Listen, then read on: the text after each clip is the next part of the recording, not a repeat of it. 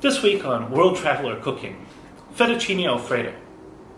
This is a staple in American attempts at Italian cuisine, or Italian-American cuisine, however you like to see it.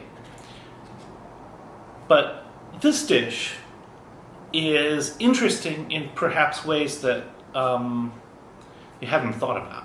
So I really kind of want to talk about that. I want to talk about some ways we can improve it, and ways in which we can create sort of a version of this dish which is a little closer to its roots in the European side, while even more delicious. Now, in order to understand this dish, we have to understand a couple things about Italian-American cuisine.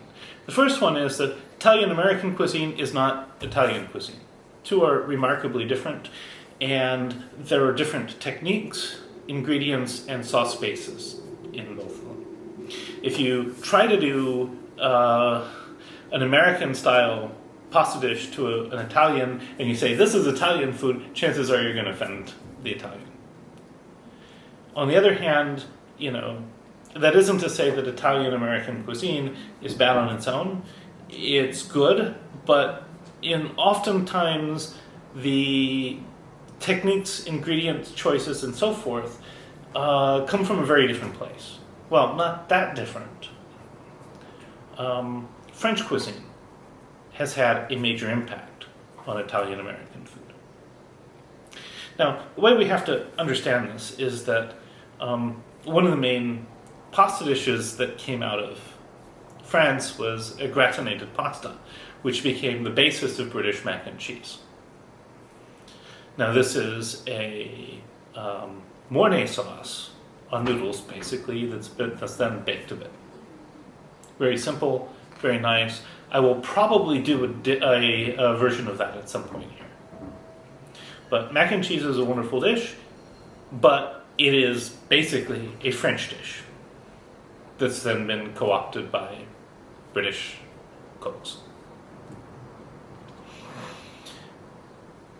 Now, mac and cheese is its own thing, but now let's talk about the original Alfredo, the Italian one, and then how this changed when it got to the US. Now, in the 1920s, restaurant in Rome, Alfredo, with the chief chef also being named Alfredo, I think Alfredo Nero. And basically he came up with this pasta. It's kind of similar to a cacio e pepe. Basically it's a butter parmesan sauce with pasta water as the main binder. Great dish on its own.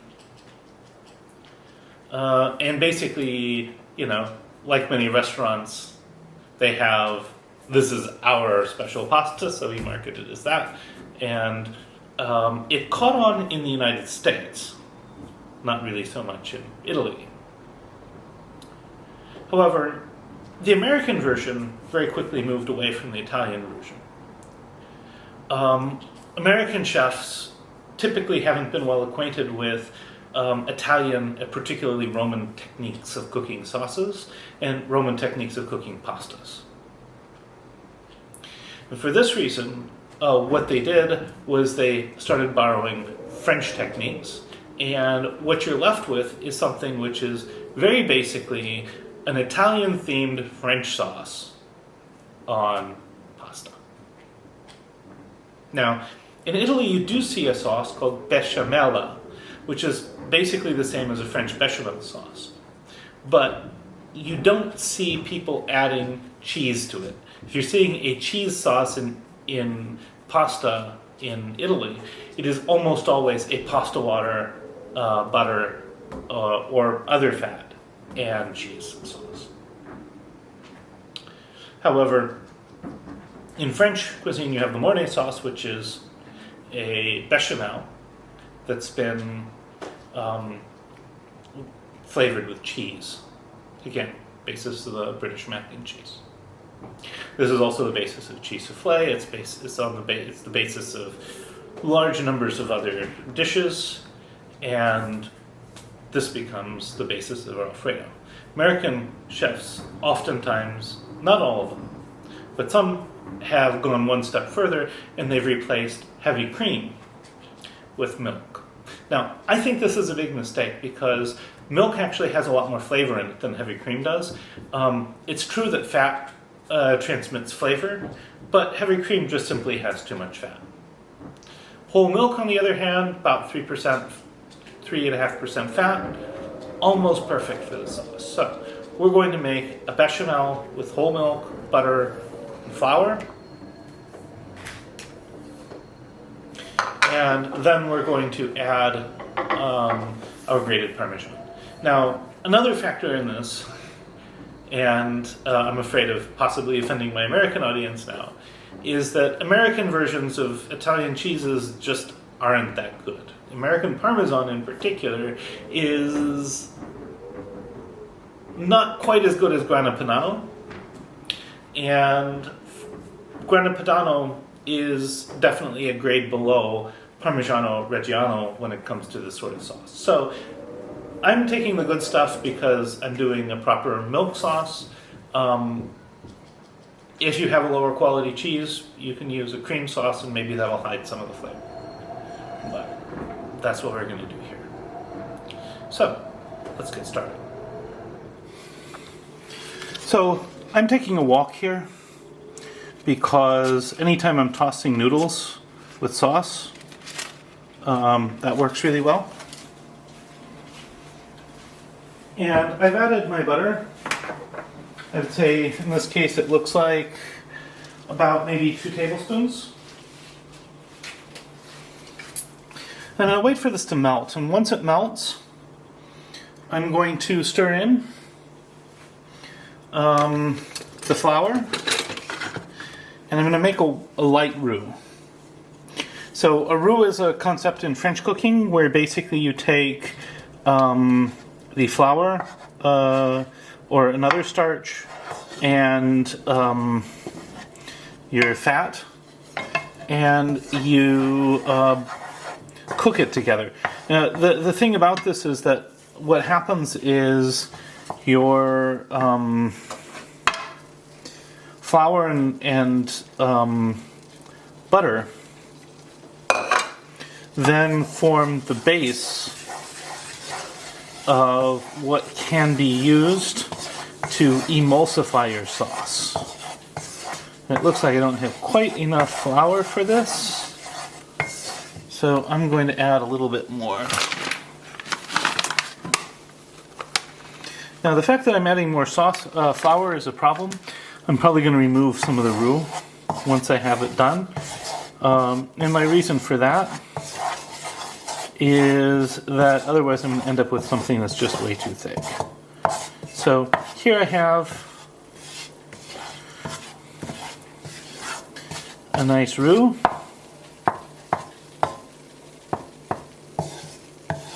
Yeah, this is about the texture you wanted.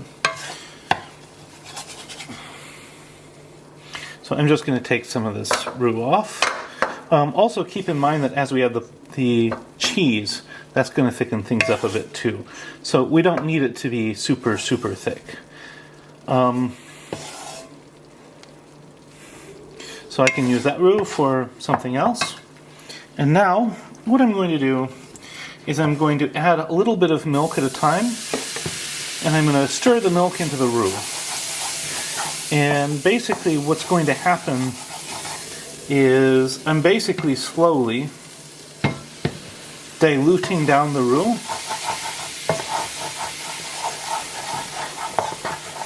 with the milk. Of course, heat management is important. Don't let things get too hot. But basically we just keep adding it a little bit at a time.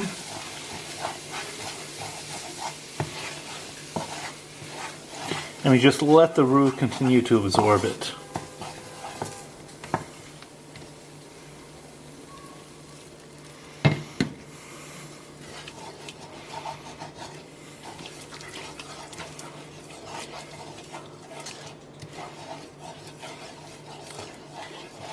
You can see here, we're just starting to break things into a sauce.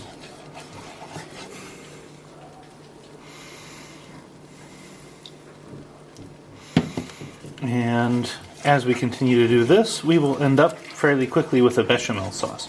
I'll be back once I've added all of my milk. Then we'll start adding the cheese. So, pardon the whistling of the wind. You can see that this is still a very thick sauce, and there's still some lumps in it. As I continue to stir, a little bit at a time, the lumps will kind of slowly go away. Also, keep in mind we want a fairly thin bechamel because we're going to add this. Cheese to it. Now, in French cooking, bechamel is what's called a mother sauce, which means it's the basis for some other sauces like the Mornay sauce, which is basically what we're making today.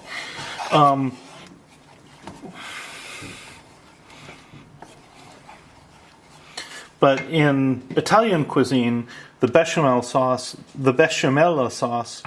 is mostly used on its own as a supplemental sauce. So typically you would see it used along with, say, a bolognese in lasagna, or there may be some other cases where you would use it. But typically it's not a sauce to be extended.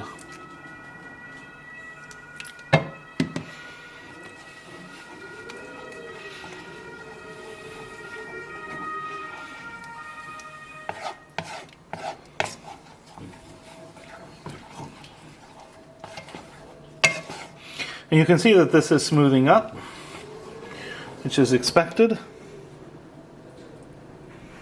I'm going to turn the heat up a bit because this is, as a wok, the heat doesn't transfer as easily as it does in a saucepan. But if you look at you can see that this is nice and very thick by the way it bubbles. We're going to continue to add, I think, the whole rest of this milk. And I used 400 to 500 mils. That's almost a pint. And I have 60 grams of Parmesan. I'll put a conversion in there, but it looks like it's about a cup and a half of Parmesan.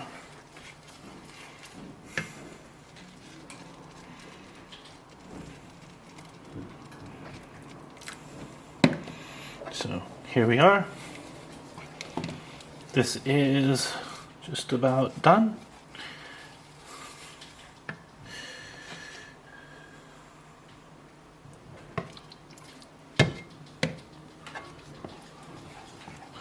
And this is looking thin enough that I can think about adding Parmesan now.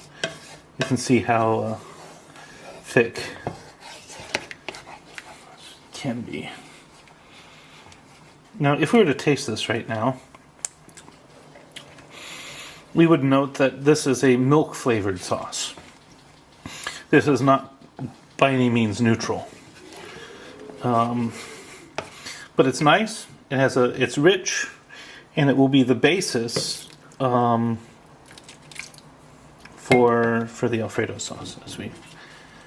Now what we're going to do is we are going to start stirring in the cheese. We're going to do that a little bit at a time. If you pour in all the cheese, try to stir it in. There's a very good chance it will all sink to the bottom and burn, and you'll end up with a mess.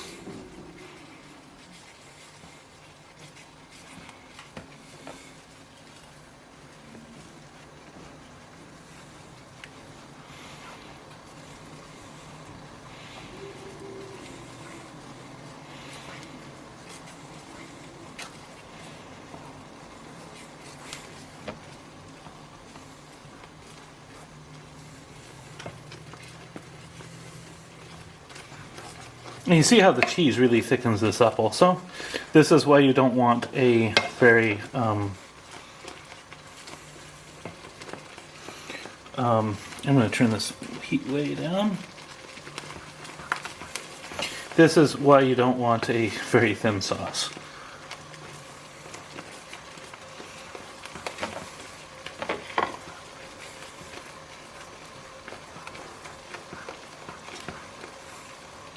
And here we have what's basically a Parmesan mornay sauce, or as Americans like to call it, an Alfredo sauce. And if I taste this now, it's good. It's just about the right amount of salt. Nice flavors. So I'm going to turn this heat pretty much off for now while I wait for my pasta to cook, and then I'll be back and we'll combine everything together. So now my fettuccine are al dente, that means chewy but not crunchy. And I'm going to just load them into the sauce. And since this is American cuisine, I could just simply drain and throw away the pasta water, much to the screams, I'm sure, of my Italian audience. And I've made here enough sauce, I think, for 4 portions, so that's what I'm going to do.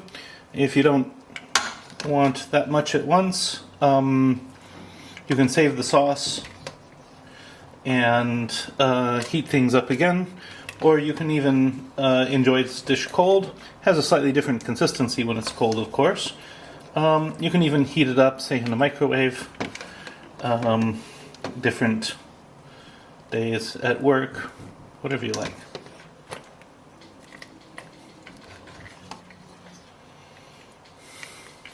However, one thing that's kind of nice to note here is that in the event where you do have to reheat it in, say, a microwave, the Italian process of mixing the hot pasta right out of the water with the sauce, especially when the pasta's al dente and still kind of cooking, is very good for the development of flavors.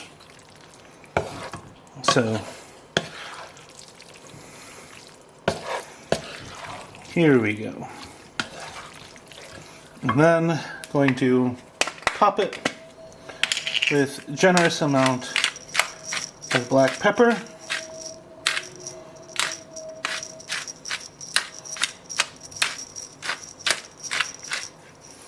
Stir that up one more time, and then we'll be ready to plate and taste.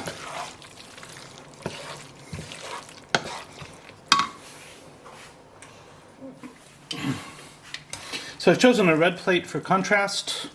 Like many other long noodles, this does really well to be served with tongs. And I'm just going to take some noodles and put them on a plate, kind of mounding things up. And here we have our American fettuccine Alfredo.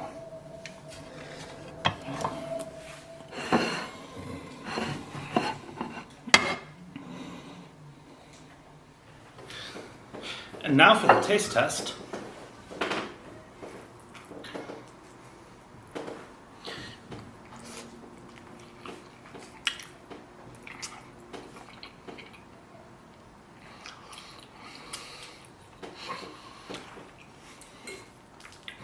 The flavors in this particular version are entirely on point. You get the richness of the Parmesan. It's basically a cheese sauce. And the whole milk gives a little bit of additional richness. I'm going to try pairing it with this Lugana white wine. That's nice. I'm trying.